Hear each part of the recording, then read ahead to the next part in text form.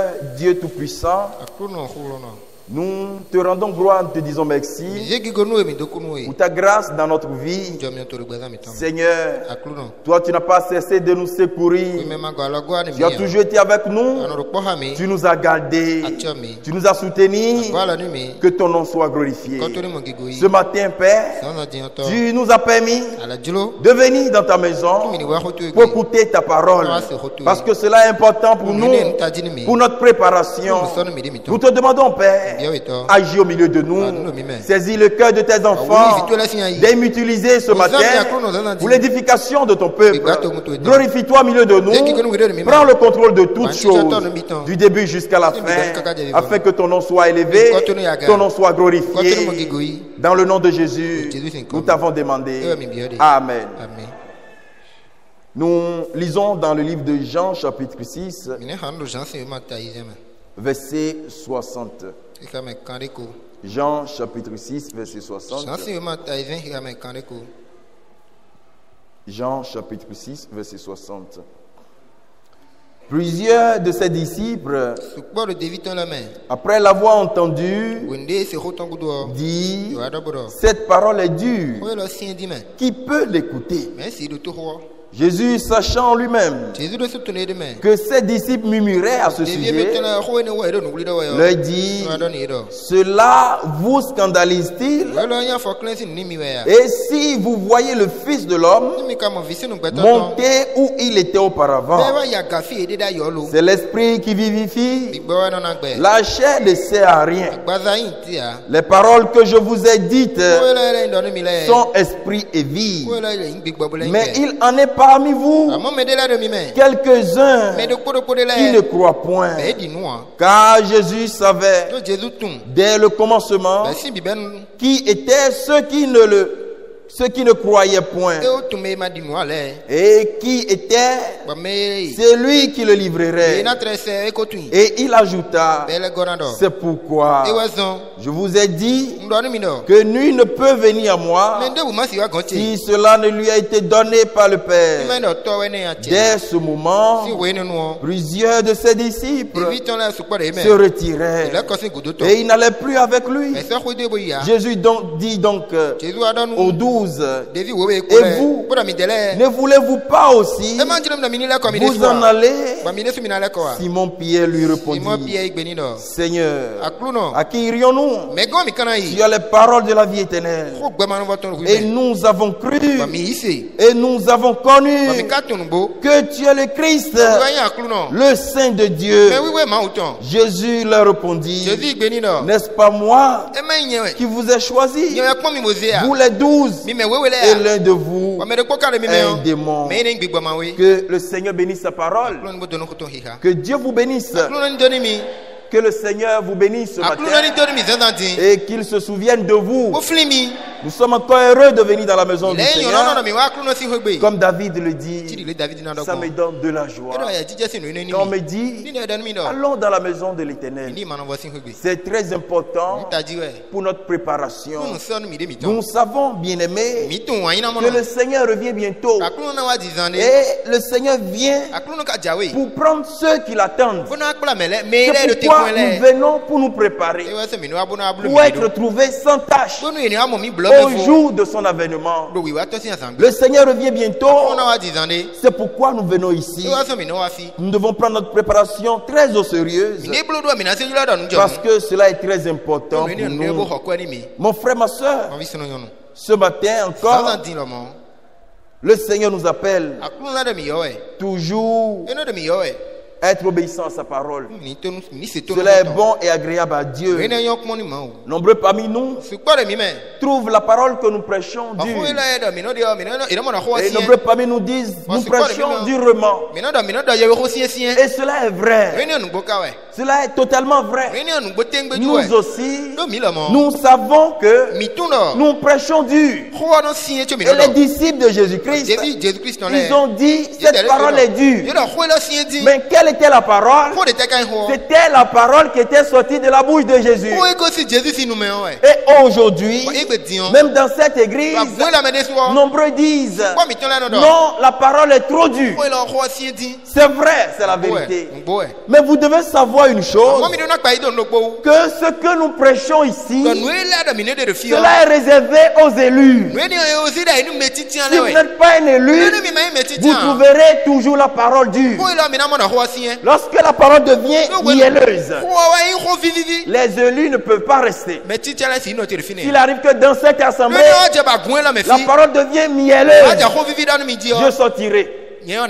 Alléluia. Pourquoi? Parce que les élus aiment la parole qui les amène au Seigneur. Les élus aiment la parole qui est dure. Ils n'aiment pas les paroles mielleuses. Donc si vous n'êtes pas un élu, si vous n'êtes pas un véritable croyant, vous trouverez la parole dure. Mais pour les élus, c'est la parole qu'il leur faut. Cette parole que nous prêchons, c'est réservé à un peuple particulier qui est appelé à sortir des traditions du monde, du système du monde, pour venir au Seigneur seul. Donc si vous n'êtes pas sorti, vous trouverez la parole dure.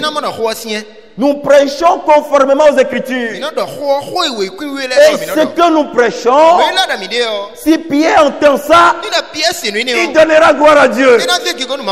Même nos frères de l'extérieur, ce que nous prêchons, s'ils apprennent ça, ils donneront gloire à Dieu.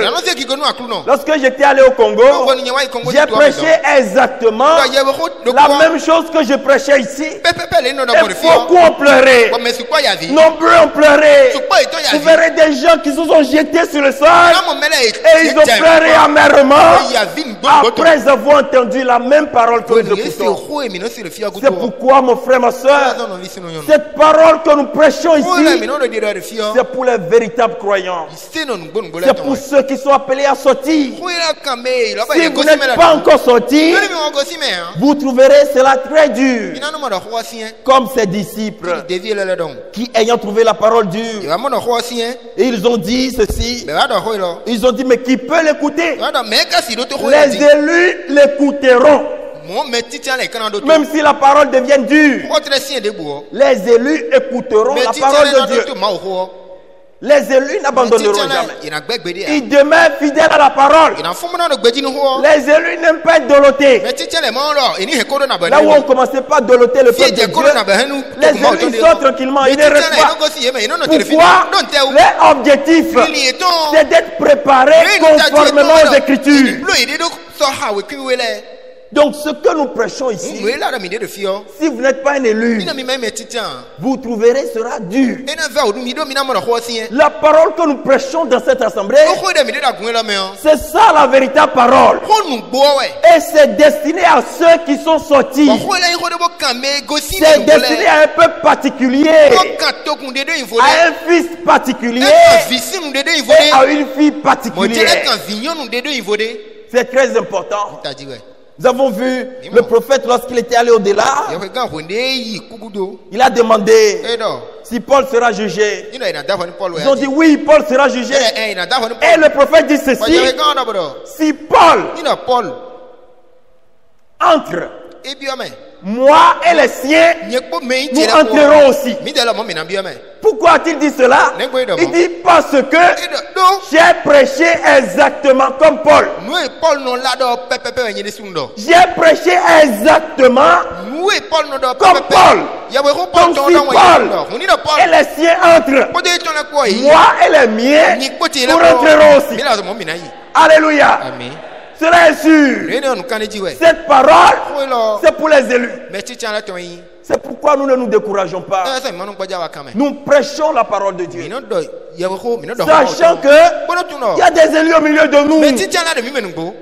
Des élus qui prennent cette parole que nous prêchons au sérieux.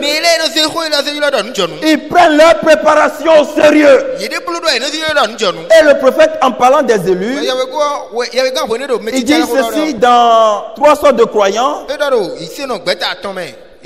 prêché le 24 novembre 1963 à Jeffersonville, USA. Vous voyez, il dit ceci à la page 15, parlant des élus, des véritables croyants. Vous voyez, il dit ceci, il dit, nous avons vu que le croyant fait quoi?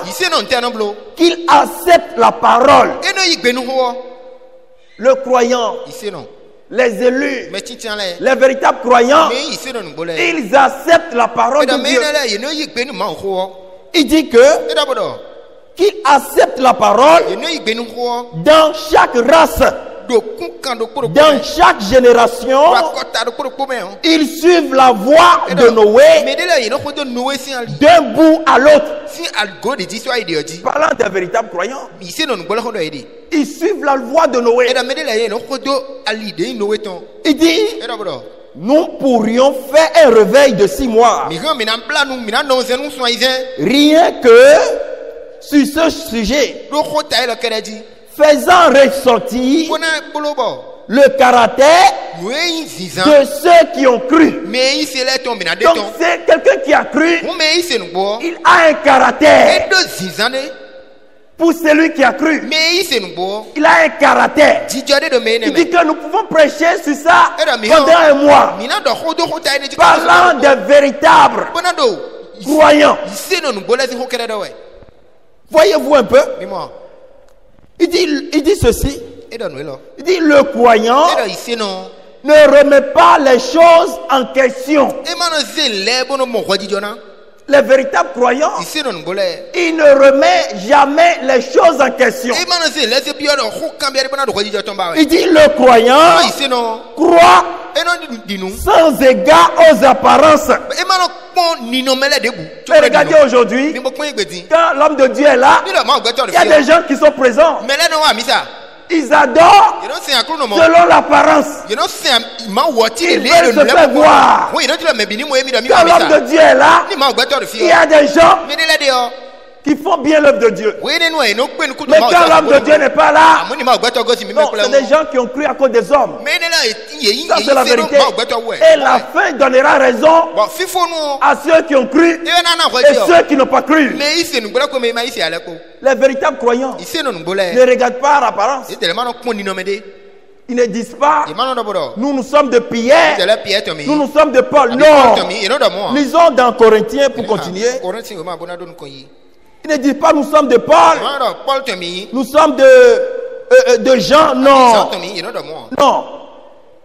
Lisons dans 1 Corinthiens chapitre 3.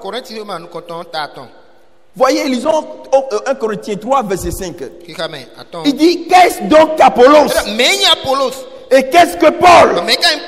Des serviteurs, par le moyen desquels vous avez cru.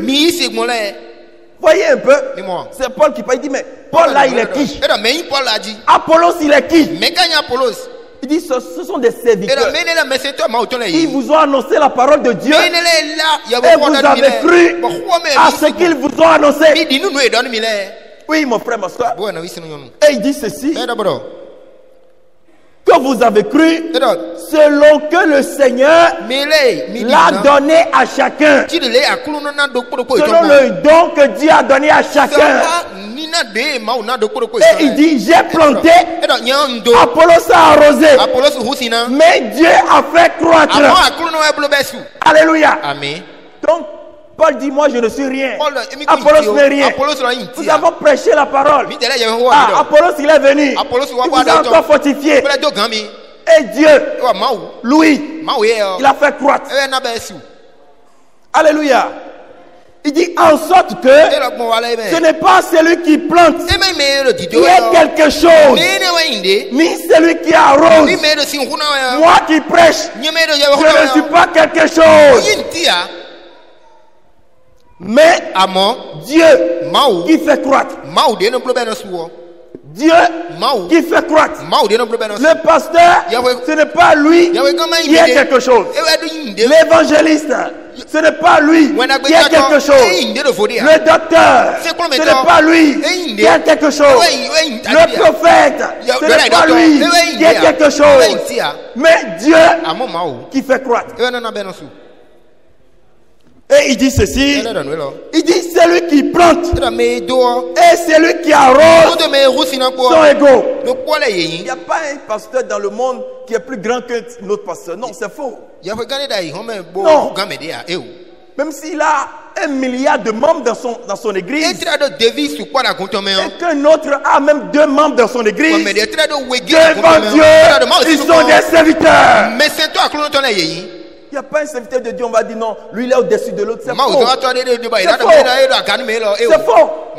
Non. C'est dans les dénominations nous voyons de telles choses.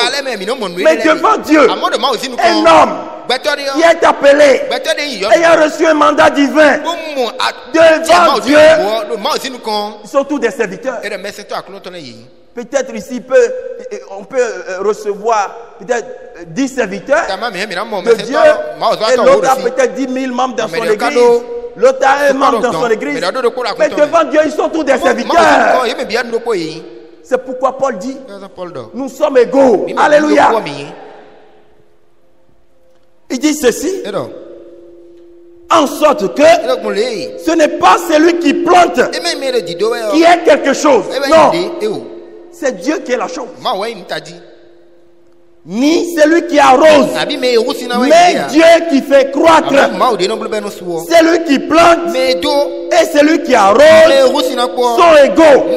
Et chacun recevra sa propre récompense selon son propre travail. C'est à la fin qu'on verra celui qui a bien travaillé et celui qui a mal travaillé. Chacun recevra sa récompense. C'est pourquoi les véritables croyants, ils n'adorent pas Dieu par les apparences. Non. Non. Un véritable croyant, et ils sont attachés à la parole de Dieu. Ils n'ont pas besoin que le berger soit là avant d'être vrai. Non. Peu importe si le berger est là, si le berger n'est pas là, et il demeure attaché à la parole de Dieu. C'est ça un véritable croyant. Je continue avec le prophète. Il dit ceci. Il dit, le croyant croit sans égard aux apparences ou à ce que les autres ont à dire là-dessus. Non, ce que les autres pensent, ce n'est pas là ce que veut le croyant. Non, cela ne lui dit rien. Mais il croit la parole, pas l'homme, mais la parole. Maintenant écoutons. Il dit il croit même si cela a l'air impossible. Regardez Abraham, 99 ans. Sarah, 90 ans. Cela est impossible devant les autres qu'elle puisse avoir un enfant. Non. Il dit ceci, que le croyant, il croit, même si cela a l'air impossible. Le croyant croit. Que croit-il? La parole et non pas le credo. Non, le credo. Le croyant ne croit pas à ça, mais il croit la parole de Dieu. Écoutez, il dit la parole et non pas la dénomination. La parole et non pas ce que dit quelqu'un d'autre. Non. Ce que dit quelqu'un d'autre. Mais si ce que dit quelqu'un d'autre n'est pas conforme à ce que disent les Écritures, le croyant ne croit pas à ça. Amen. C'est ça le croyant. Et vous voyez des gens aujourd'hui, ils ont la connaissance de la vérité. La connaissance de la vérité. Mais ils font du désordre. C'est la révèle qu'ils n'ont pas cru. Voyez un croyant qui connaît la vérité. Il connaît la vérité. Et un homme de Dieu lui dit, non, abandonne ton mari. Abandonne ton mari. Dieu m'a dit de laisser ton mari pour aller te remarier. Sachant que la parole a dit que c'est lui qui fait une chose pareille commet l'adultère. Et elle écoute la voix de son pasteur. Et elle laisse son mari pour aller prendre quelqu'un d'autre. Le croyant ne fait pas ça. Le croyant retourne à la Bible. Voilà ce qui est écrit. Et voilà ce que mon pasteur me dit. Comme cela n'est pas conforme à ce que dit la Bible, je mets ce que le pasteur a dit de côté. Et je fais ce que dit la Bible. Il est écrit dans la Bible que la femme ne se sépare point de son mari. Donc la Bible refuse ça. Dieu a refusé que la femme ne doit pas se séparer de son mari. Mais si l'homme de Dieu te dit non, mais toi en tant qu'enfant de Dieu, tu dois dire non. La parole a refusé. C'est pourquoi nous ne suivons pas les hommes. Nous suivons la parole écrite. Et il dit ceci. La parole est non pas ce que dit quelqu'un d'autre. Il croit ce que dit la parole. Rappelez-vous que c'est ça, que c'est cela, le croyant. Le croyant ne remet pas les choses en question. Le croyant ne dit pas comment cela peut-il être. Si l'on peut me l'expliquer. Quand Dieu a dit à Abraham, à l'âge de 75 ans, je ferai de toi une grande postérité. Mais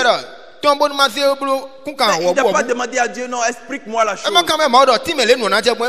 Non. Il a cru, sachant que celui qui a parlé, il est au-dessus de tout. Et qu'à celui-là, rien n'est impossible. C'est pourquoi il dit ceci. Il dit le croyant, lui ne remet pas les choses en question. Non.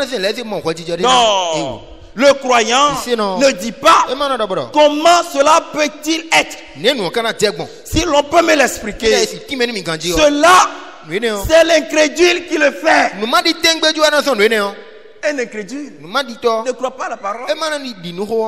Un incrédule, même si vous lui montrez ce que disent les Écritures, il contactera un autre pasteur, un autre pasteur qui sera capable de lui donner une réponse satisfaisante.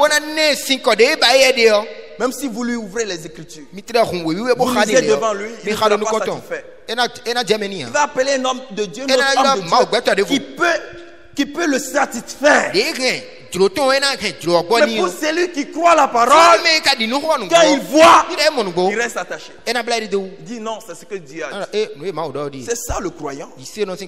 Donc écoutez, il dit, cela c'est l'incrédule qui le dit. Il dit, vous voyez, pour le croyant, peu importe ce que c'est. Si c'est la parole, c'est la parole. C'est vrai. Voilà le croyant. C'est en cela que nous reconnaissons les croyants. Mon frère, ma soeur, oui, les disciples ont trouvé que la parole est dure. Ils ont trouvé la parole très dure. Mais nous voyons Pierre qui dit, quand Jésus les a demandé, et vous, ne voulez-vous pas aller? Ils ont dit ceci. Puis il a dit, mais à qui irions-nous? Nous savons que c'est les paroles de la vie éternelle. Alléluia. Il dit, nous savons que c'est les paroles de la vie éternelle. Les autres peuvent voir que c'est une parole dure. Mais pour nous, c'est les paroles de la vie éternelle. Lisons dans Ésaïe 30. Ésaïe 30.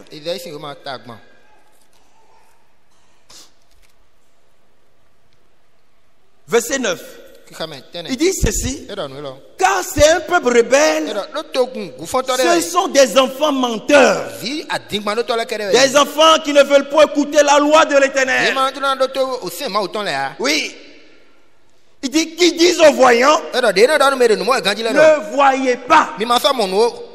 C'est ce que disent les chrétiens aujourd'hui. Voyez quelqu'un qui vit dans le mensonge, dans le vol. Et il dit, vous ne devez pas prêcher sur le vol. Vous ne devez pas prêcher sur le mensonge.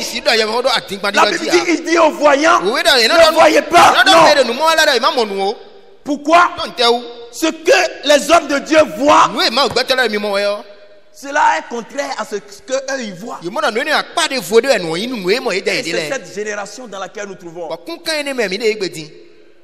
Le Seigneur a traité cette génération de tiède. Une génération mauvaise et méchante. Il dit qu'ils disent aux voyants, ne voyez pas. Et aux prophètes, ne nous prophétisez pas des vérités. C'est ce qui se passe aujourd'hui. Vous voyez quelqu'un, il est dans le faux. Mais il dit non, ne nous prophétisez pas des vérités. Mon frère, ma soeur, Dieu il est juste. Quand vous regardez dans la Bible, même les erreurs que les prophètes ont commises, Dieu a parlé des erreurs des prophètes. Dieu il est juste. Là où David est tombé, Dieu en a parlé. Là où Moïse est tombé, Dieu en a parlé. Dieu il est juste. Dieu, nous devons l'adorer dans la vérité. Il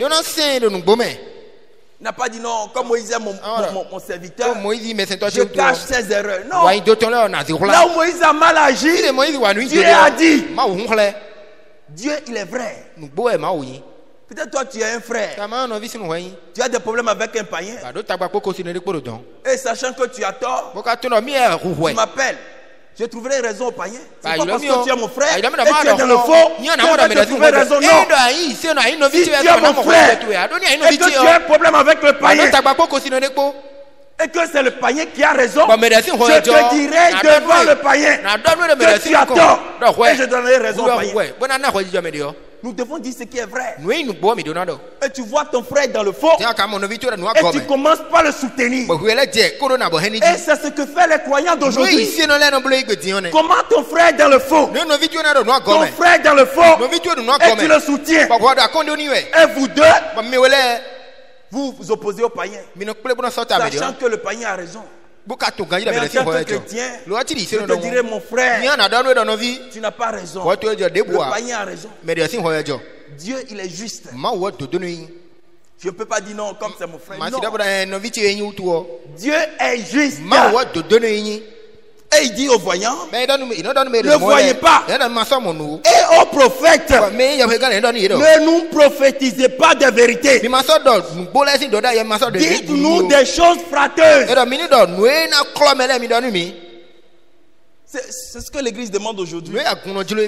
Non, leur parole est trop dure. Mais ce qui était, c'est ce qui est. Et c'est ce qui sera. Il n'y a rien de nouveau sous le ciel. Il n'y a rien de nouveau. Rien de nouveau sous le ciel. Ce qui était, c'est ce que nous voyons aujourd'hui. Regardez, ils disent aux serviteurs de Dieu, ce que vous prêchez, c'est trop dur.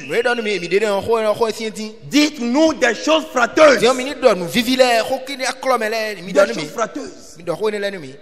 C'est ce que nous voyons aujourd'hui. Vous verrez même des hommes de Dieu qui sont maintenant limités dans la prédication. Mon frère, quand nous prêchons, nous sommes libres. Nous sommes libres. Et des gens sont calés. Ne doivent pas aller à tel point. Non.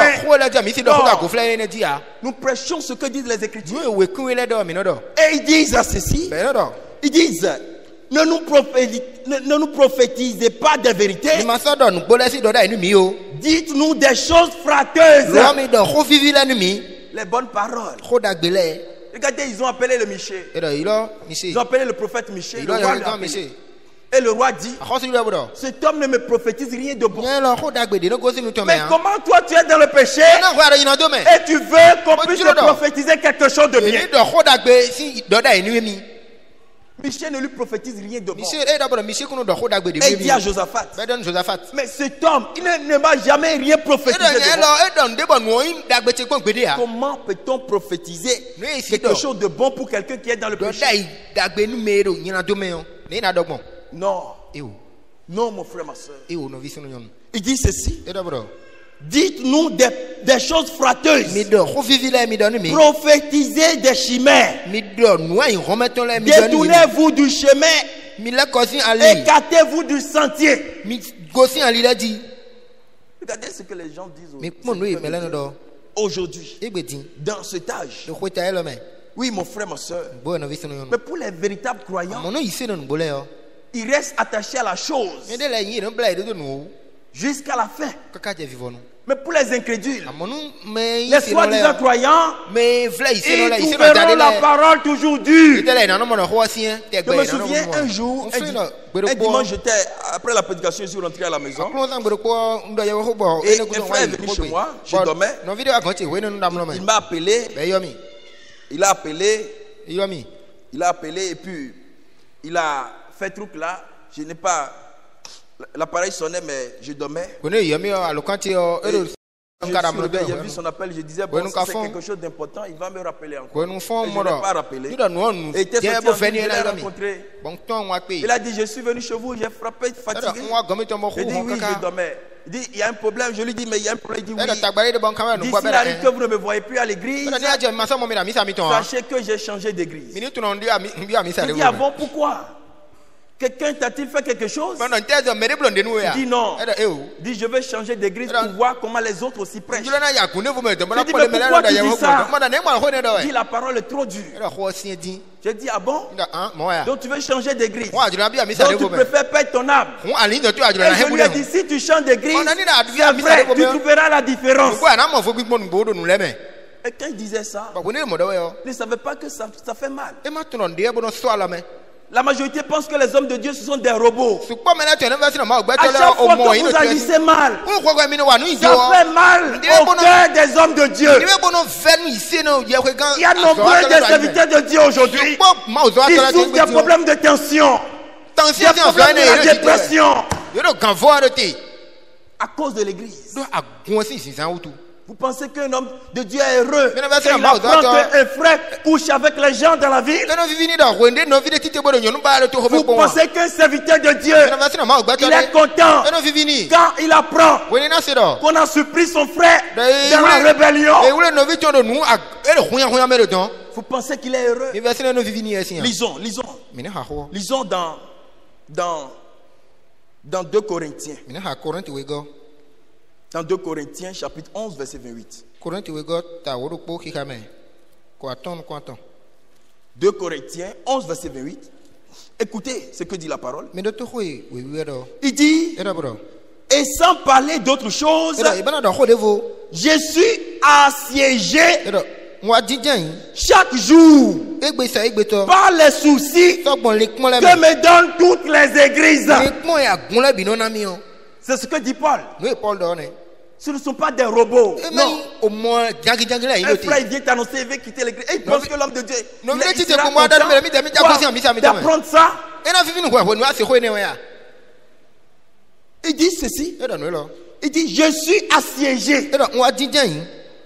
Je suis assiégé chaque jour par les soucis que me donnent toutes les églises.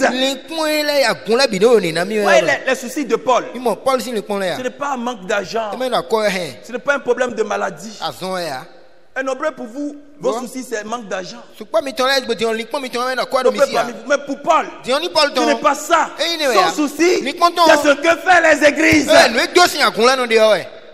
Vous pensez qu'un homme de Dieu il est heureux? Lui c'est un robot. Vous pensez qu'il n'a pas de sentiments? Et vous venez. Non, je quitte l'église. Un frère qui manque du respect à un serviteur de Dieu. Et il pense que l'homme de Dieu il est content. C'est compliqué. Paul dit toutes ces choses, ça me donne des soucis chaque jour. Il y a des hommes de Dieu qui souffrent des problèmes de tension, de la dépression à cause de l'église. Quand vous vous comportez bien, les serviteurs de Dieu sont heureux.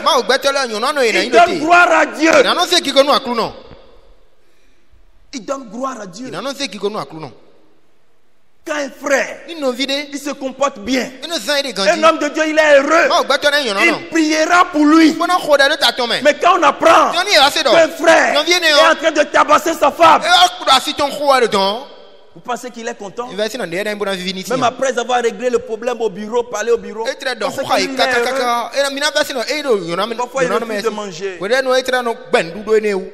Quand on apprend qu'un frère vit dans le désordre, vous pensez qu'un homme de Dieu il est content? Vous pensez qu'il est content? Il n'est pas content. Ce ne sont pas des robots. Il dit je vais abandonner l'église. D'accord, pas de problème. Mais après j'ai entendu qu'il a été jeté en prison. Dans cette assemblée. Mon frère, si vous abandonnez Dieu, Dieu vous abandonne. Alléluia. Amen.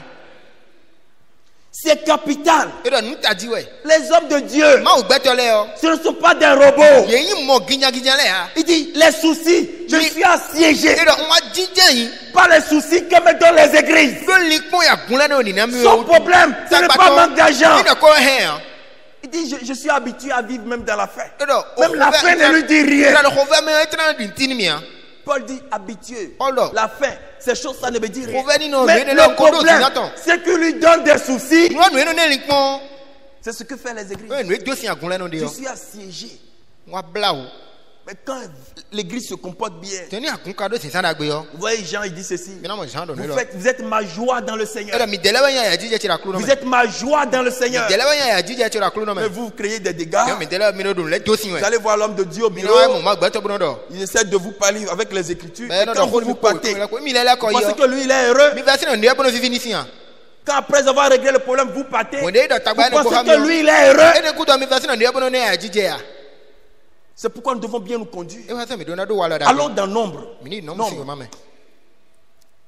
Allons dans Nombre, chapitre 11. Vous allez voir cet homme Moïse. Cet homme Moïse, Nombre 11, 11.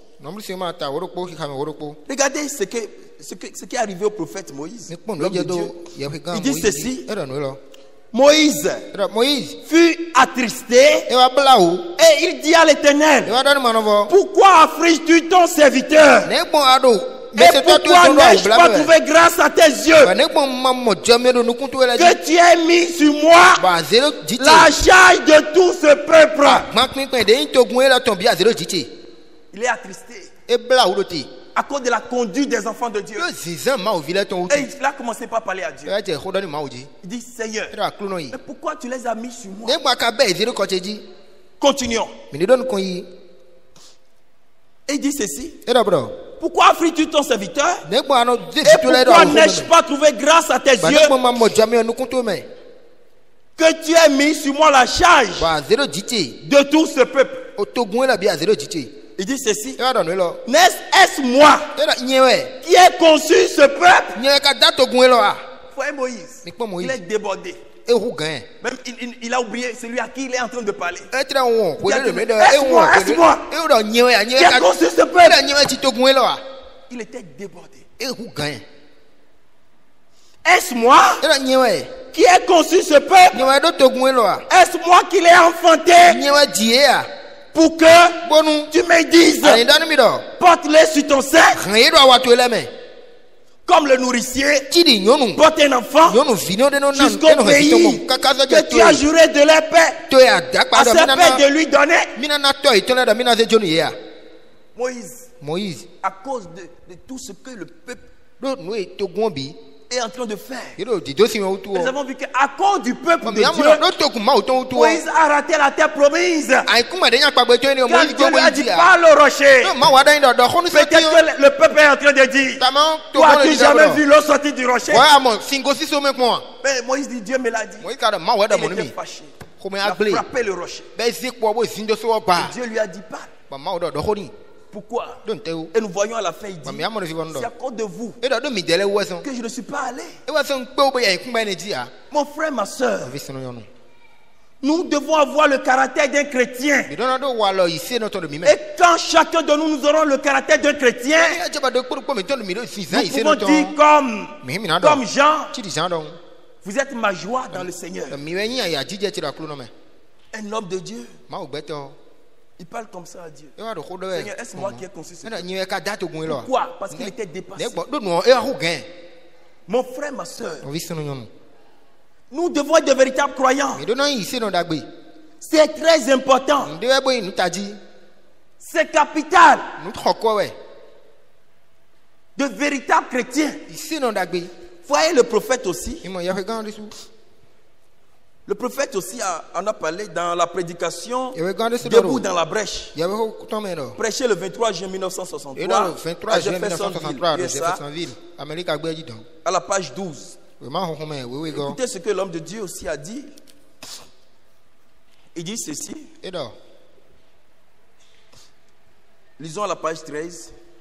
Il dit, même si je vous parle calmement, il parle au peuple. Je suis quelqu'un de nerveux.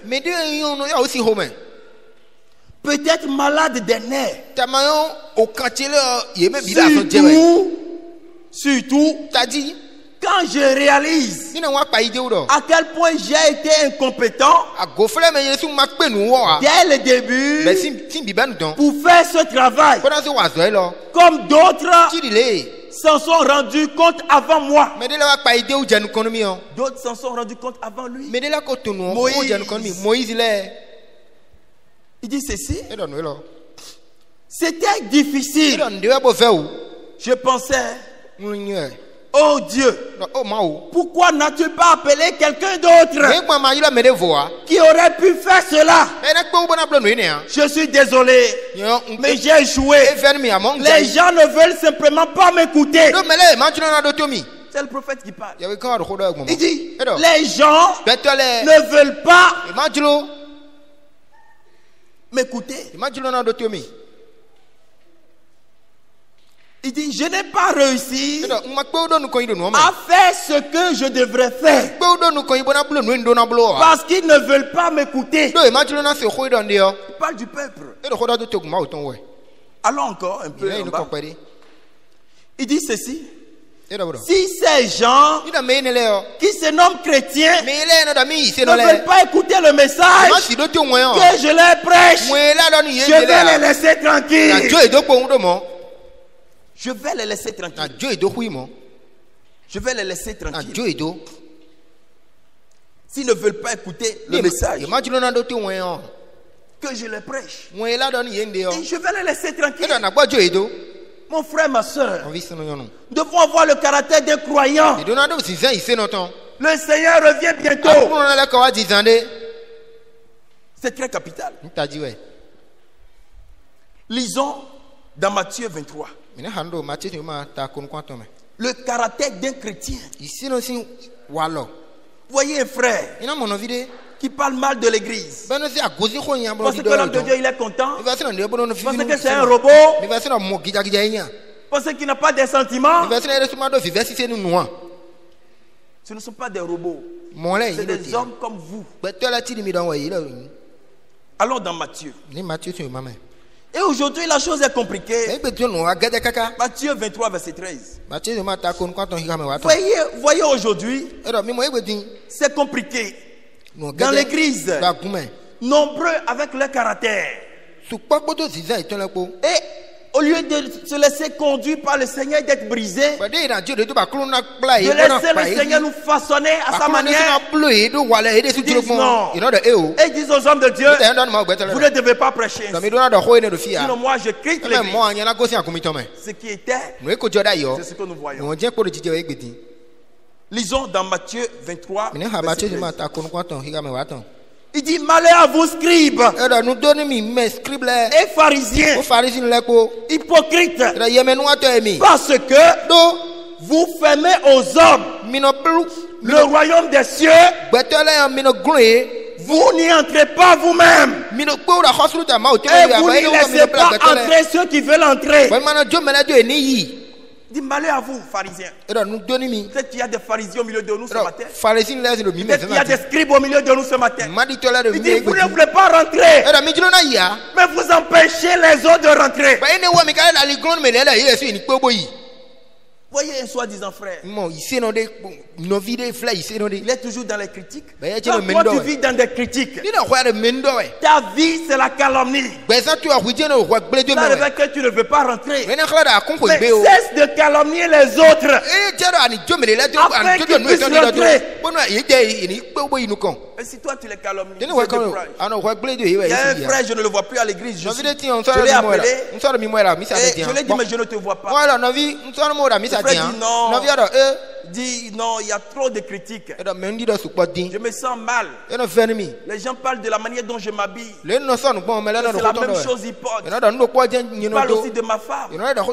Et ça m'a beaucoup touché. Et j'ai dit si dans l'église je ne peux pas être en paix, il faut rester chez moi. Pharisien, scribe, si tu ne veux pas rentrer, n'empêche pas les autres de rentrer. Mais le frère à la maison, nous ne le voyons plus. Peut-être à cause de toi, à cause de ta bouche, tu ne veux pas rentrer. Mais laisse les autres rentrer. Jésus dit, malheur à vous. Peut-être tu es un scribe. Peut-être tu es un pharisien. Il dit malheur à vous. Scribe, pharisien, hypocrite. Pourquoi il joue saint? Il joue saint. Il chante à Dieu. Mais quand tu vas voir la soeur, vous parlez de la vie de l'autre. Quand tu vas voir le frère, vous calomniez votre frère.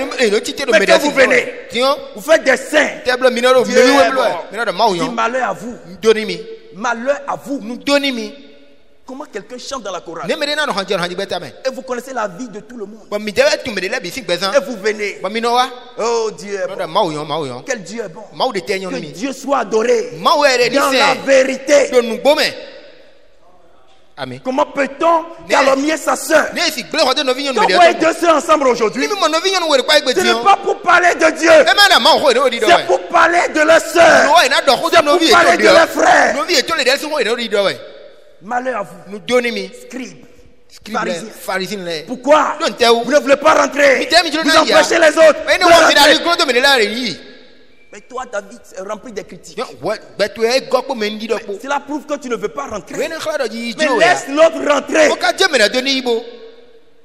quand deux frères, deux sœurs se rencontrent aujourd'hui, ce n'est pas pour parler de Dieu, mais toujours la vie de l'autre. Tel a fait ci, tu as pris ce que l'autre a fait,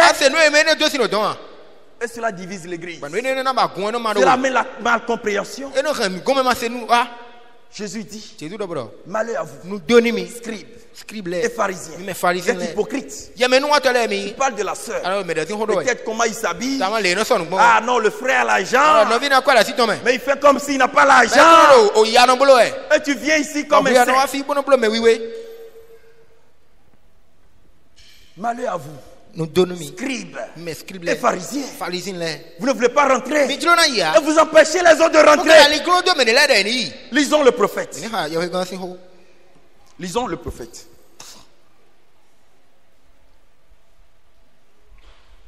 Dans la prédication, Paul, prisonnier de Christ, à la page 6, il dit ceci. Paul, prisonnier de Jésus-Christ, prêchait le 17 juillet 1963 à Jeffersonville. Il dit ceci à la page 6. Il dit quand les gens ne veulent pas aller à l'église, il y en a beaucoup qui ne veulent tout simplement pas y aller. Il dit ceci, il y en a beaucoup qui ne veulent tout simplement pas y aller. Il y a des gens, eux, ils ne veulent pas aller à l'église. Pourquoi? Écoutez.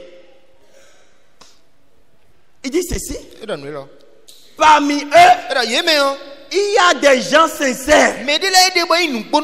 C'est pas tous ceux qui sont à la maison refusent d'aller à l'église qui ne sont pas sincères. Non. Il y a des gens qui ne vont jamais à l'église, mais qui sont sincères plus que les gens qui viennent. Il y a des gens qui qui ne viennent pas à l'église, mais ils sont plus sincères que les soi-disant chrétiens. Il dit ceci. Parmi eux, il y a des gens sincères, mais ils ne voient. Ils ne voient, mais ils voient. Il voit une telle corruption dans l'église qu'ils ne veulent rien avoir à faire avec elle. Il dit ceci. Il voit de la corruption dans l'église. Un frère, il couche avec une soeur. Un frère, il rentre dans le copinage avec une soeur. Les païens regardent. Les païens voient. Il dit ceci. Ceux qui sont à la maison, tous ne sont pas des païens. Il y a des gens sincères parmi eux. Mais ils ne veulent pas simplement aller à l'église parce qu'ils voient trop la corruption dans l'église.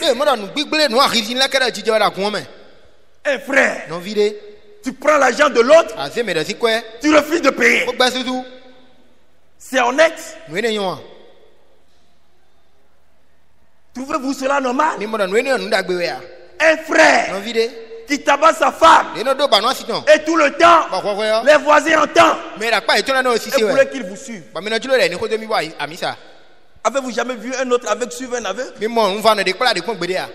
Non. Non.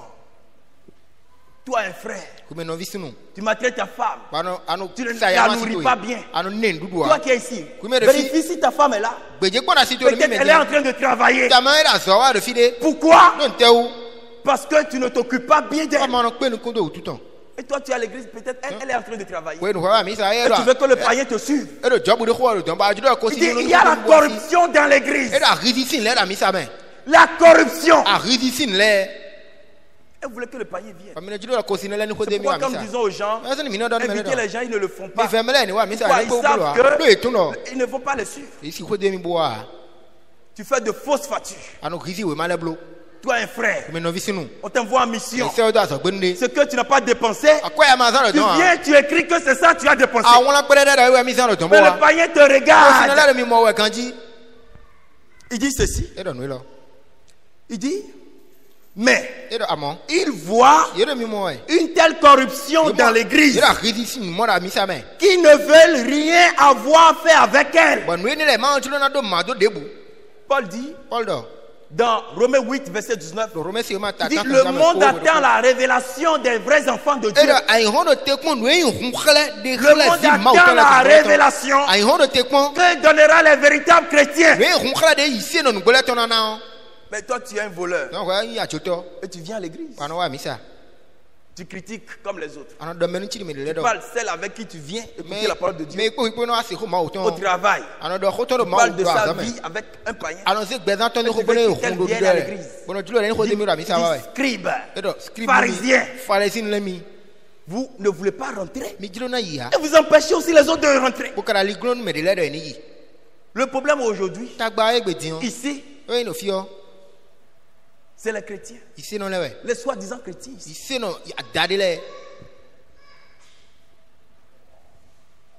Il dit ceci. Mais il voit une telle corruption dans l'église qu'ils ne veulent rien avoir à faire avec elle. Il dit souvent, nous ne pouvons que leur donner raison. Nous ne pouvons que leur donner raison. Voyez quelqu'un aujourd'hui, c'est lui qui un chrétien fait de faux affaires avec un païen. Un soi-disant chrétien, il fait de fausses affaires avec un païen. Et il trompe même le païen dans les affaires. Et il veut que le païen vienne. Toi qui t'appelles chrétien, tu fais de fausses affaires, tu trompes ton frère dans les affaires, oubliant que la Bible dit que nuise dans les affaires envers son frère. Et avec le païen, tu fais la tromperie dans les affaires.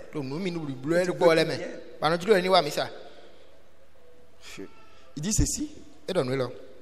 Il dit, on ne peut guère les blâmer, car on voit comment se conduisent ces gens qui se disent chrétiens. Chrétiennes. Dans les avortements. Tu avortes. Le monde te voit. Et demain tu vas dire aux hommes de Dieu, je n'ai prié pour moi, je n'ai pas d'enfant. Qui va le faire? Tu as enlevé ce que Dieu t'a donné. Tu avortes. Mieux vaut avoir la honte devant les hommes que d'être rejeté par le Seigneur. Après tu vas dire, priez pour moi. Le nombre d'enfants que tu as avorté là va te repentir.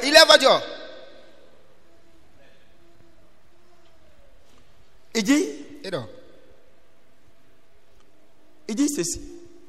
On ne peut guère les blâmer. Quand on voit comment se conduisent ces gens qui se disent chrétiens. Chrétiens dans l'alcool, chrétiens dans la drogue, chrétiens dans la cigarette, chrétiens dans les femmes, chrétiens dans le vol, chrétiens dans le mensonge, chrétiens dans l'avortement. Les chrétiens sont partout aujourd'hui.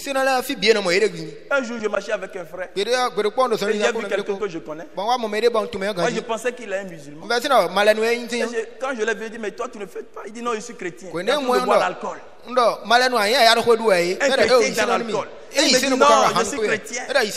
Chrétien dans les jeux. Les jeux d'argent, un chrétien. Ça, c'est un chrétien. Comment les gens se conduisent? Ces gens qui se disent chrétiens. Il dit la plus grande pierre d'achoppement placée devant le monde, ce sont les hommes et les femmes qui se prétendent chrétiens et qui vivent autrement que ce qu'ils proclament. Il dit chrétien. Il dit c'est ça la plus grande pierre d'achoppement. Si toi et moi nous pouvons avoir une vie correcte, la vie d'un véritable chrétien, vous pensez que les gens ne viendront pas ici? Mais parfois nous les invitons, mais vous les chassez. Par votre bouche, par votre haine, par votre jalousie. Il dit c'est ça, la plus grande pierre d'achoppement aujourd'hui. Il n'a pas dit Satan. Il n'a pas dit Satan. Il dit c'est les chrétiens. Deux chrétiens qui se chamaillent. Un frère qui menace un frère. Un frère qui écrit à une sœur pour lui demander sa main. Du désordre dans l'église. Et ils disent aux voyants, ne parlez pas. Ne parlez pas. Une sœur qui couche en cachette dans le monde. Et il dit, ne parlez pas. Dites aux voyants. Ne nous dites pas de vérité. Parce que ce que vous dites, c'est trop dur.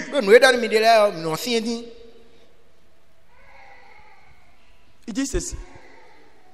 La plus grande pierre d'achoppement placée devant le monde.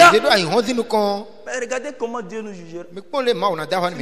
Nous sommes devenus une pierre d'achoppement pour le truc là, une pierre d'achoppement pour le monde de venir. Ceux qui se disent chrétiens. Ceux qui se disent chrétiens. Il dit ceci. La plus grande pierre d'achoppement placée devant le monde, ce sont les hommes et les femmes qui se prétendent chrétiens et qui vivent autrement que ce qu'ils proclament. C'est l'exacte vérité. Et il dit ceci. Il dit pour ce qui est de la déception, il y aura le jour du jugement. Il dit les pécheurs tels que trafiquants d'alcool, joueurs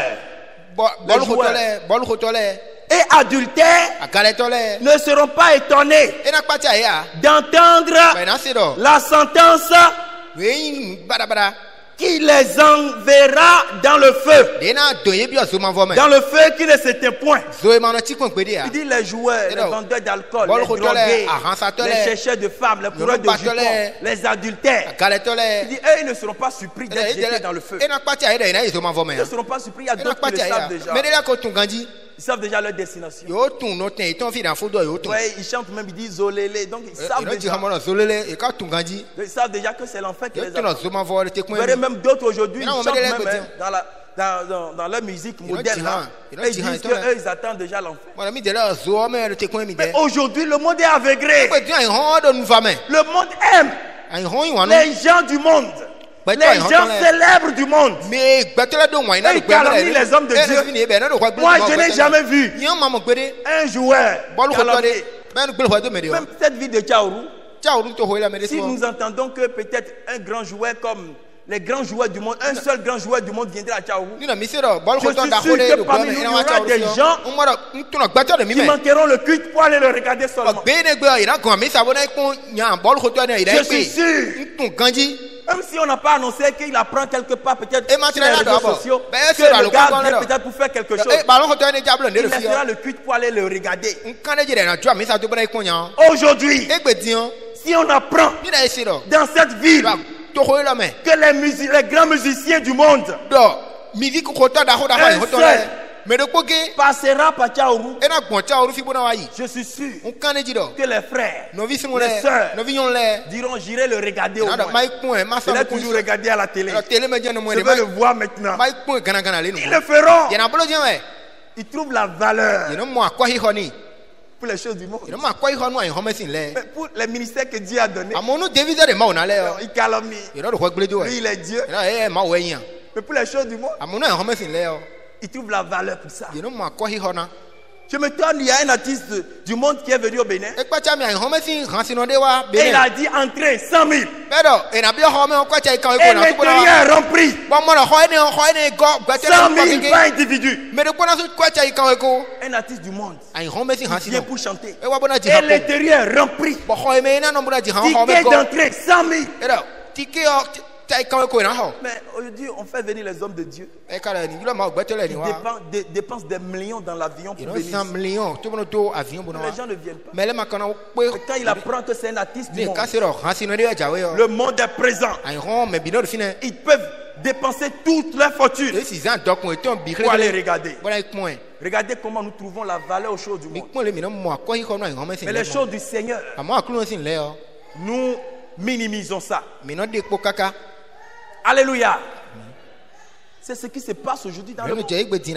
Donc le prophète dit ceci. Il dit, ils ne seront pas surpris. Les vendeurs d'alcool.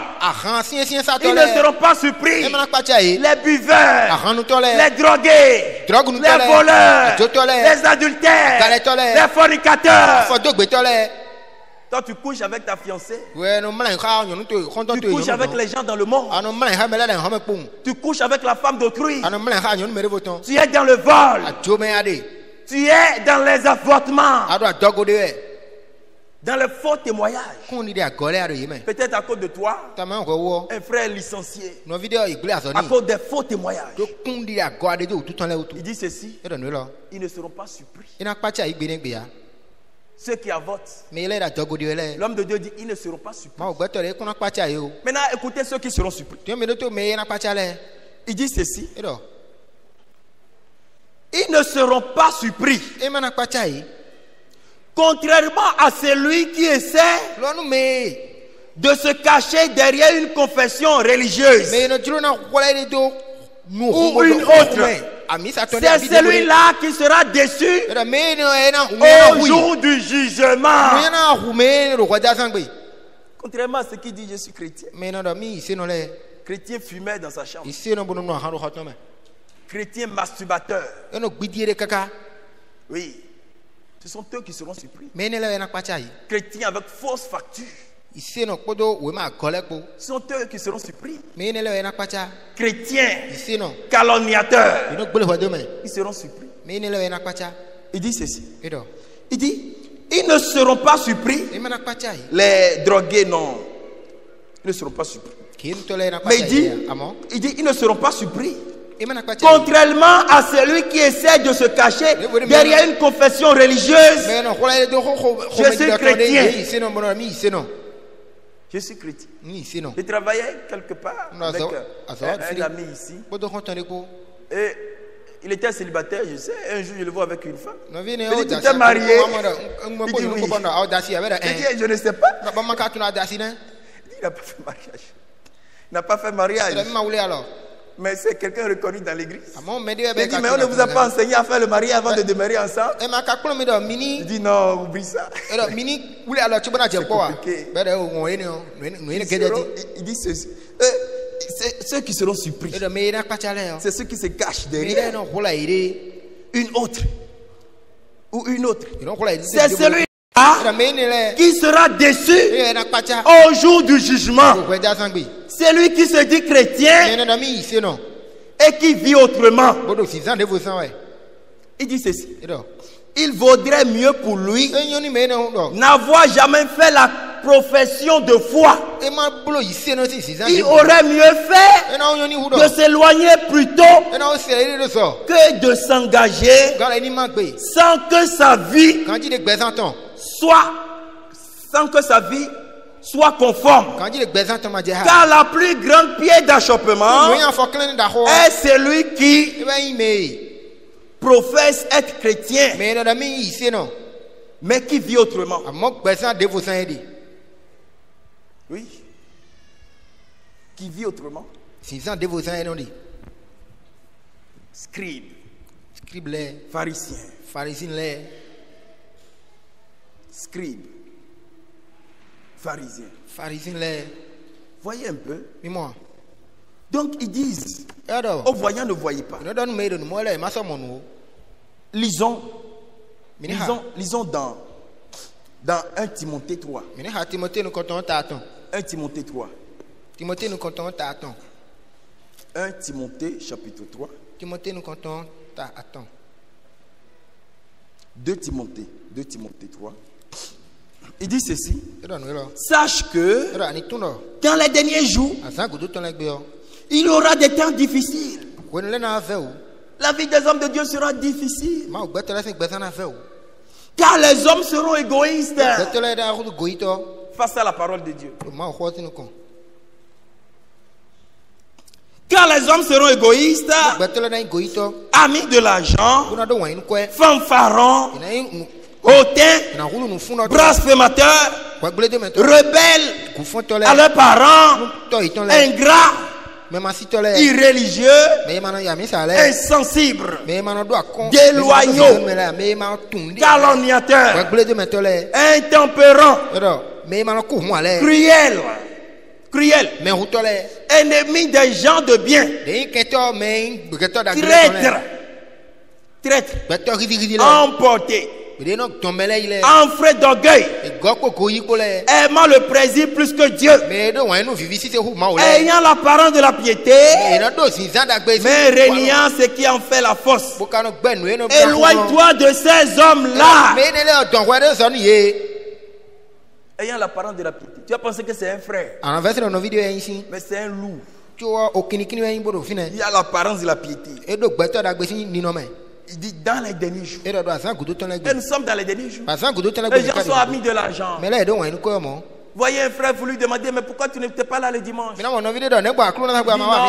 je suis allé chercher un peu d'argent. Ami de l'argent. Égoïste face à la parole de Dieu. Un homme qui, après avoir entendu la parole de Dieu, sort avec des raisonnements, c'est un égoïste. Il ne veut pas se laisser briser par la parole de Dieu. Nous nous laissons briser par la parole de Dieu. Prédicateurs, peuple de Dieu. La parole que nous prêchons, c'est premièrement pour les prédicateurs et ça descend sur le peuple. Ne prêchons pas aux autres. Nous prêchons d'abord à nous-mêmes. Avant que ça ne vienne sur le peuple. C'est pourquoi Paul dit, toi qui enseignes les autres, ne t'enseigne pas toi-même. Ne t'enseigne pas toi-même. Ne t'enseigne pas toi-même. C'est pourquoi nous faisons d'efforts. Nous faisons d'efforts.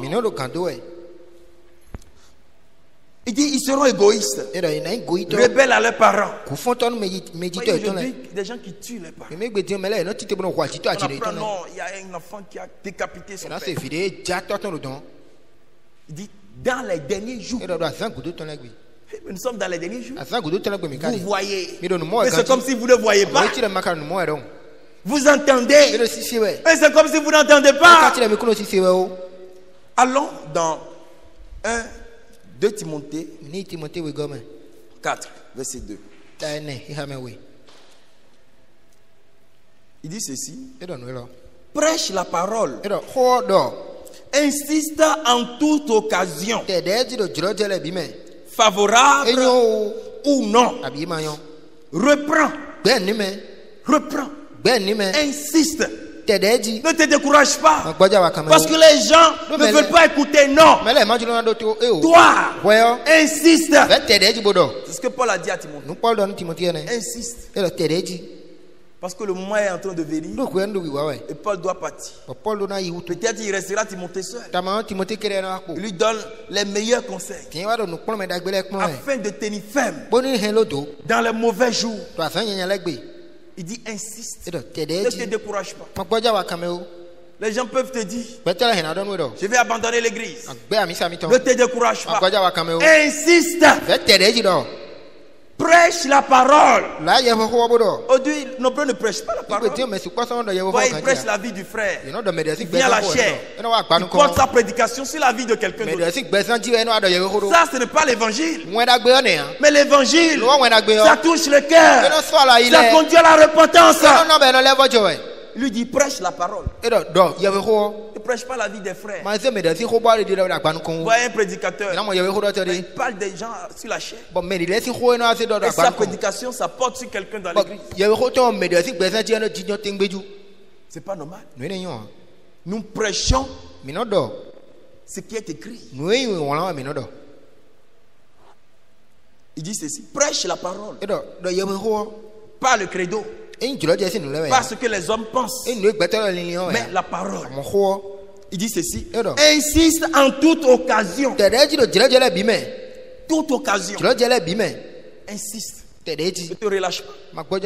Favorable ou non. Il y a des occasions favorables. Les gens vont comprendre. Accepter la parole de Dieu. Et tu es heureux. Il y a des moments où les gens ne vont pas accepter. Ils vont refuser. En toute occasion. Favorable ou non. Quand le moment n'est pas favorable, prêche quand même. Nous avons vu avec Jean-Baptiste. C'est un temps non favorable. C'est un temps non favorable. Et il est tenu à prêcher la parole. Et il a prêché la parole. Et cela lui a coûté la vie. Insiste. Il dit ceci. Reprends. Censure. Exhorte avec toute douceur et en instruisant. C'est pourquoi quand nous prêchons, nous montrons réellement la finalité. Ce que Dieu veut pour nous. Il dit ceci. Car il viendra un temps. Et c'est ce temps. Il viendra un temps où les hommes ne supporteront pas la saine doctrine. Il viendra un temps. Les hommes ne supporteront pas la saine doctrine. Et c'est aujourd'hui. Il viendra un temps. Et les hommes ne supporteront pas. C'est pourquoi il dit aux hommes de Dieu, ne nous dis pas de vérité. Paul a bien averti.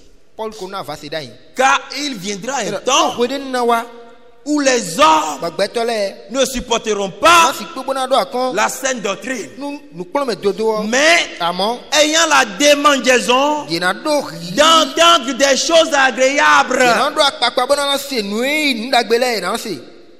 Tu es dans le vol et tu dis, on vient te dire tu seras encore béni. Et il aime ça, il dit amen.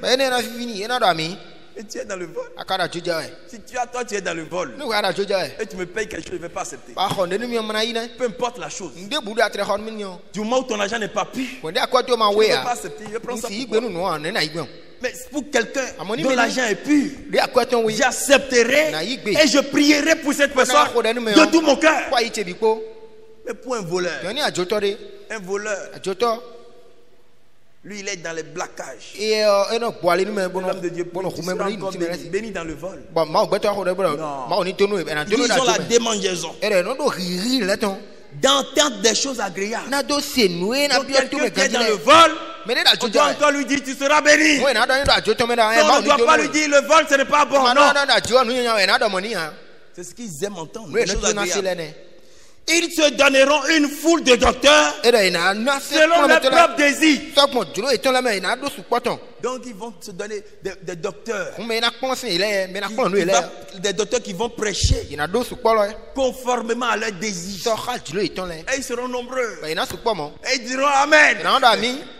Je vois des gens qui disent Amen jusqu'à ils prennent le pasteur comme ça. Ils montent à la chaise, ils prennent le pasteur et ils disent c'est la vérité. Nous sommes à la fin. À la fin. De la fin. Nous sommes à la fin. De la fin. Ils se donneront une foule de docteurs selon leurs propres désirs. C'est ce temps dans lequel nous sommes. Quand vous allez quelque part, on fait tomber les gens. Vous verrez, ils sont toujours nombreux. Ils aiment se faire tomber. Et cela permet aux formes de Dieu de faire bien leur magie. Aujourd'hui, nous sommes à la fin. Est-ce que les gens ne voient pas des hommes de Dieu qui font, ils amènent des serpents dans l'église. Et ils demandent aux gens, venez toucher le serpent. Le monde est aveuglé. Mais les gens ne voient pas. Et ils sont contents, ils disent Amen. C'est un homme de Dieu puissant. Dieu l'utilise. Oui, sa puissance t'amènera en enfer.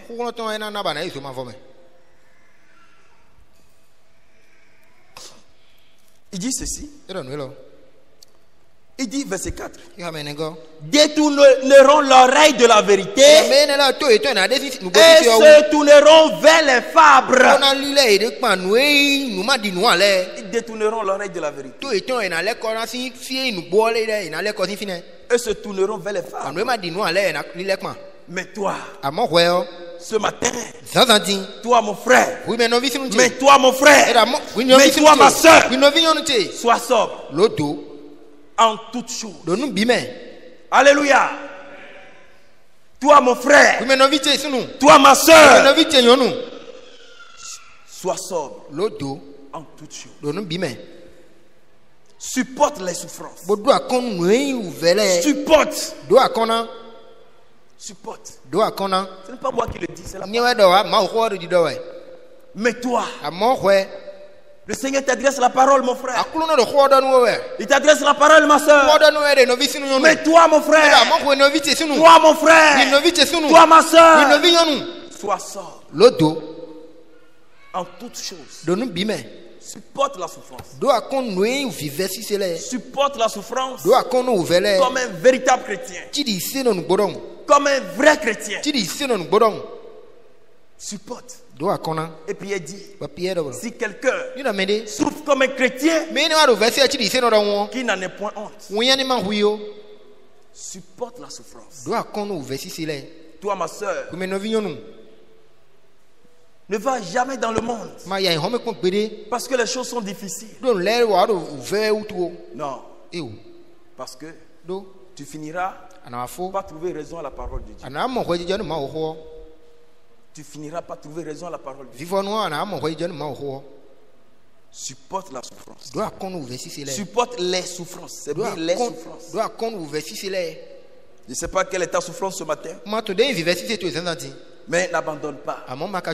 Supporte. Confie-toi en Dieu. Sois sobre. Parce que nous sommes à la fin. De la fin.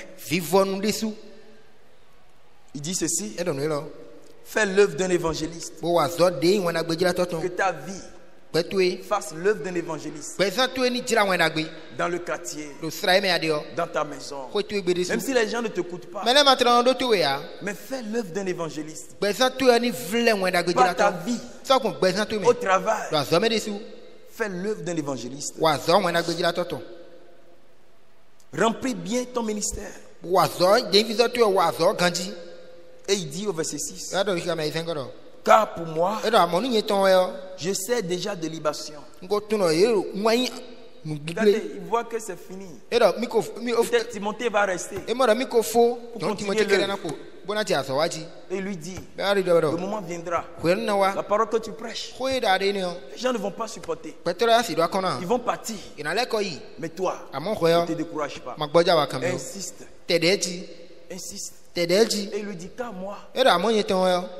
car pour moi, je sais déjà de libation. Et le moment de mon départ est proche. Il faut que tu lui donnes les conseils nécessaires pour tenir ferme. Donc ici, c'est comme les paroles d'un homme qui est près de la mort. Timothée, tu seras seul dans le combat. Le Seigneur sera avec toi. Mais sache que tu auras des temps difficiles. Les hommes abandonneront. Mais toi insiste. N'abandonne pas. Car pour moi, je sais déjà de libation. Et le moment de mon départ approche. J'ai combattu le bon combat. Supporte la souffrance. Et à la fin, tu diras, j'ai combattu le bon combat. Vous voyez des soeurs aujourd'hui, ils se lèvent. Il épouse quelqu'un dans le monde, connaissant bien la parole de Dieu. Il ne regarde pas la vue. Et il retourne dans le monde. Mais tu donneras raison à Dieu. Il y a une sœur au Congo et qui a trouvé un frère, pas même un frère. Et l'homme de Dieu n'était pas d'accord. Il dit ne va pas. Il dit ne va pas. Et elle a insisté, elle est partie. Ils sont allés en Europe. L'homme de Dieu est dans une église où on insulte le frère Franck. Et quand on insulte le frère Franck, toute l'église dit Amen. Et la soeur est attristée. Et elle commence par regretter. Quand elle vient à la maison, elle dit à son mari, mais cet homme, est-ce que sans lui, ceux qui prêchent aujourd'hui, est-ce qu'ils savent c'est quelque chose qu'on appelle le message? Et le mari lui dit, si tu oses, tu vas voir ce qu'il va te faire. Il appelle le pasteur. L'homme de Dieu dit, il t'est déjà averti. Alors supporte. Supporte. Tu as fait ton choix. Tu dois supporter. Vous donnerez raison à la parole. C'est pourquoi ne réagissons pas. Même si ça blesse dans le cœur, nous regardons la fin. Tu donneras raison à la parole de Dieu. À la fin, tu diras, si j'avais écouté la parole de Dieu, je ne serais pas ici. Pourquoi? La parole a toujours raison. J'ai combattu le bon combat. J'ai achevé la course. J'ai gardé la foi. Dans les moments difficiles, j'ai combattu le bon combat. Je n'ai pas abandonné. Je suis allé jusqu'à la fin. J'ai gardé la foi. Et j'ai achevé la course. Je ne suis pas arrêté au milieu du chemin. Même s'il arrive que je tombe, je me lève et je continue le chemin. Et je suis allé à la fin. J'ai achevé la course. J'ai achevé la course. Est-ce que toi aussi tu peux le dire ici? Est-ce que tu peux dire j'ai achevé la course aussi? Est-ce que tu peux dire à la fin j'ai gardé la foi?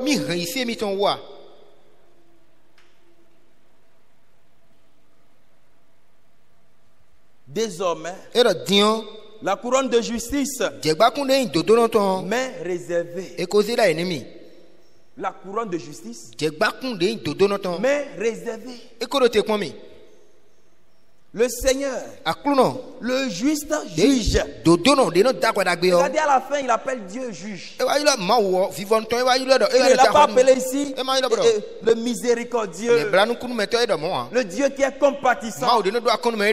Il a dit le juste juge. Le juge qui juge dans la vérité. Il dit, le juste juge me la donnera dans ce jour-là. Il a appelé à la fin Dieu le juge. Pourquoi Dieu amènera toute œuvre en jugement. Mais pour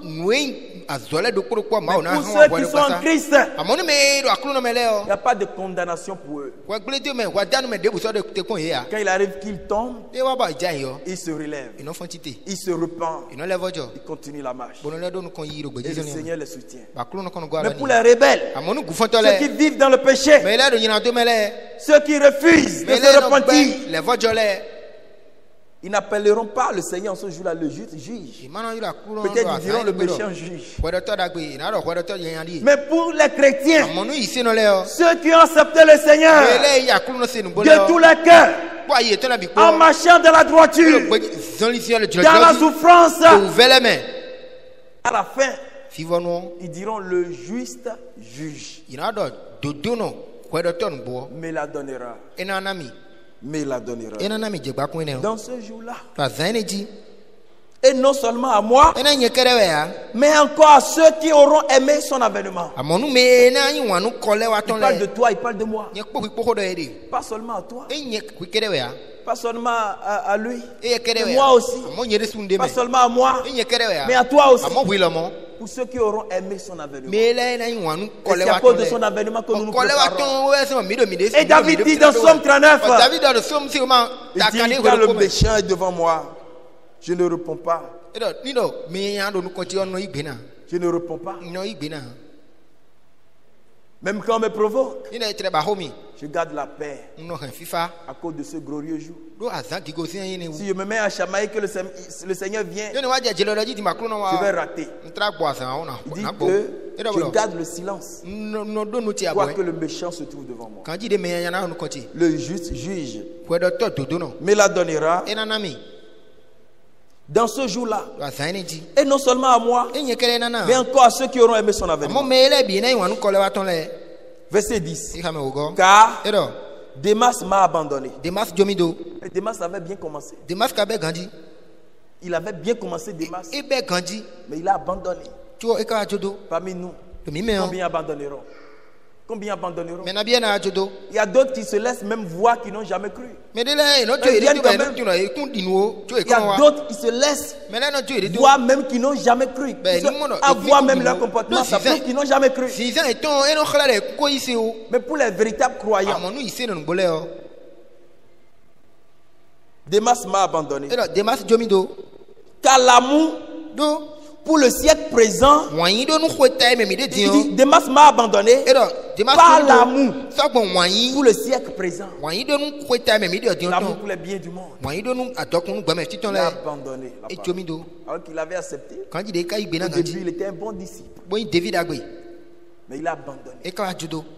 Démas pas abandonné, pas amour pour le siècle présent. Et il est parti pour Thessalonique. Chrétien est allé en Galatie. Mon frère, c'est important. Lisons dans 2 Timothée 2,14 pour finir. 2 Timothée 14 pour finir. Il dit ceci. Rappelle ces choses. Rappelle ces choses. Dans les moments difficiles, rappelle ces choses.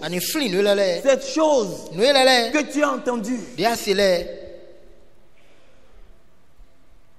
En conjurant devant Dieu qu'on évite les disputes de mots qui ne servent qu'à la ruine de ceux qui l'écoutent. Et à l'église, qu'il évite les disputes. Il faut leur dire ça. Rappelle-les ça. Efforce-toi de te présenter devant Dieu comme un homme éprouvé. Efforce-toi de te présenter devant Dieu comme un homme éprouvé, un ouvrier qui n'a point à rougir,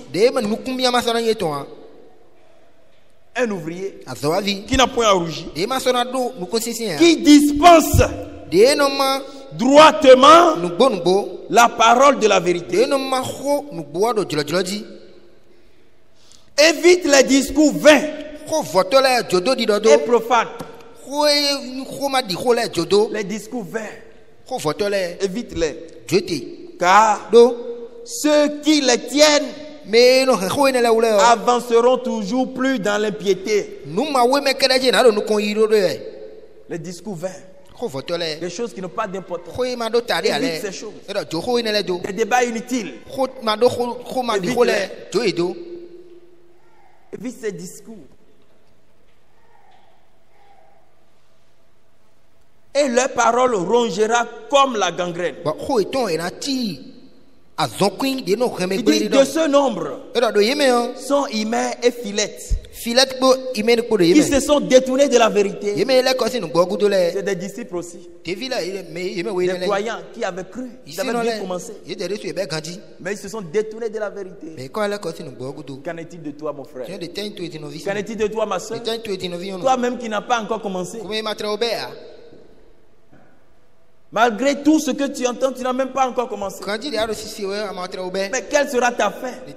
Si ceux qui ont commencé ont abandonné, qu'en sera-t-il de toi? Il dit ceci: qui se sont détournés de la vérité, disant que la résurrection est déjà arrivée et qui renverse la foi de quelques-uns. Il y a des gens, quand ils veulent sortir, ils sortent avec d'autres foules. Mais pour celui qui n'a pas cru, celui qui n'a jamais cru la parole de Dieu, c'est celui-là qui suivra quelqu'un comme ça. Mais pour quelqu'un qui suit la parole de Dieu, il restera. Voyons que les gens ne suivent pas la parole, ils suivent les hommes de Dieu. Et il y a des hommes de Dieu qui ne veulent pas se faire corriger. Mais nous devons nous laisser corriger par la parole de Dieu. Nous sommes qui? Des serviteurs. Et devons nous laisser corriger par la parole. Quand quelque chose n'est pas conforme dans notre vie, devons nous laisser corriger. Mais eux, non. Ils étaient sortis avec leur orgueil et ils ont amené encore d'autres personnes sur eux. Quittez l'église, suivez-moi. Non, on va créer notre église quelque part. J'ai les moyens. Je construis une église, on va adorer là-bas. Non. Mais pour celui qui suit la parole de Dieu, il demeure dans la vérité. Il dit ceci: et qui renverse la foi de quelques-uns. Vous voyez quelqu'un qui s'efforce dans la marche. Vous voyez un frère, il fait un désordre envers ce frère, il renverse sa foi. Le jugement sera grand. Le jugement sera sévère, très sévère. Il dit néanmoins, le solide fondement de Dieu reste debout dans la tempête, dans les épreuves. Il reste debout, le solide fondement de Dieu. Dieu reste debout avec ses paroles qui lui servent de sceau. Le Seigneur connaît ceux qui lui appartiennent. Même ce matin, Dieu connaît ceux qui lui appartiennent. Si tu lui appartiens, il te connaît. Il dit: je connais même les cheveux de vos têtes. Si tu es un véritable chrétien, le Seigneur te connaît. Il dit: le Seigneur connaît ceux qui lui appartiennent. Et quiconque prononce le nom du Seigneur, qu'il se loigne de l'iniquité. Il dit: dans une grande maison, il n'y a pas seulement des vases d'or et d'argent, mais il y en a aussi de bois et de terre. Il dit: les uns sont des vases d'honneur et les autres sont d'un usage vil. Dans la même maison. Les autres sont des vases d'honneur. Mais les autres sont d'un usage vil. Si donc quelqu'un se conserve pur en s'abstenant de ces choses, il sera un vase d'honneur, sanctifié, utile à son maître, propre à toute bonne œuvre. Verset 22. Fuis les passions de la jeunesse. Fuis les passions de la jeunesse et recherche la justice, la foi. C'est la chose que nous devons rechercher. La charité, la paix, la paix au travail. Même quand il arrive qu'on te provoque. La Bible dit Dieu est un Dieu de paix. Il dit restez en paix avec tous. Recherchez la paix. Et Romain dit, si cela dépend de vous, alors faites tout pour amener la paix. Si cela dépend de vous, recherchez la justice, la foi, la charité, l'amour envers les frères, l'amour envers les sœurs, l'amour envers les choses du Seigneur.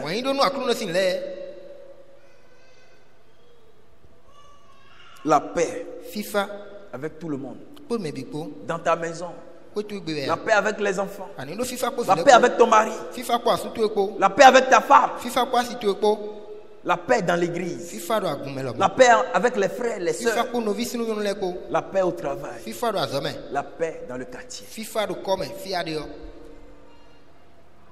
Avec ceux qui invoquent le Seigneur d'un cœur pur.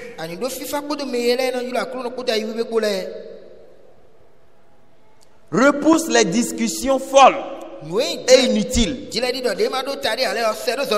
sachant qu'elles font naître des querelles.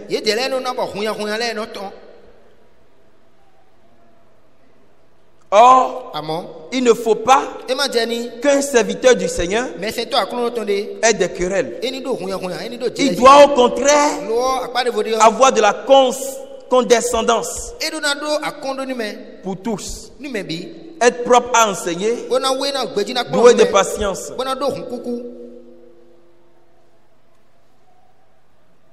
Que le Seigneur nous bénisse. C'est capital. Le Seigneur revient bientôt. Forçons-nous. Il dit recherche la paix, la justice, la charité avec ceux qui invoquent le Seigneur avec un cœur pur. Si toi, tes amis, c'est les amis du monde, tu n'es pas loin de tomber. Tu n'es pas loin de tomber. Si toi tu ne visites pas tes amis, tes frères dans la foi, c'est les gens du monde, toi tu visites, ils vont t'entraîner à tomber. Que le Seigneur vous bénisse. Nous nous tenons debout. La croix va donner un cantique qui est vraiment en relation avec ce que nous venons d'écouter. Et chacun de nous allons parler au Seigneur, demandant vraiment à Dieu de nous aider dans la marche. Que nous ne soyons pas rebelles à la parole de Dieu, mais que nous puissions nous laisser conduire. Que notre préparation soit plus importante pour nous que toute chose dans ce monde, qui puisse nous dépouiller totalement de tout ce qui ne vient pas de lui. Nous allons chanter ensemble. Cantique numéro 517.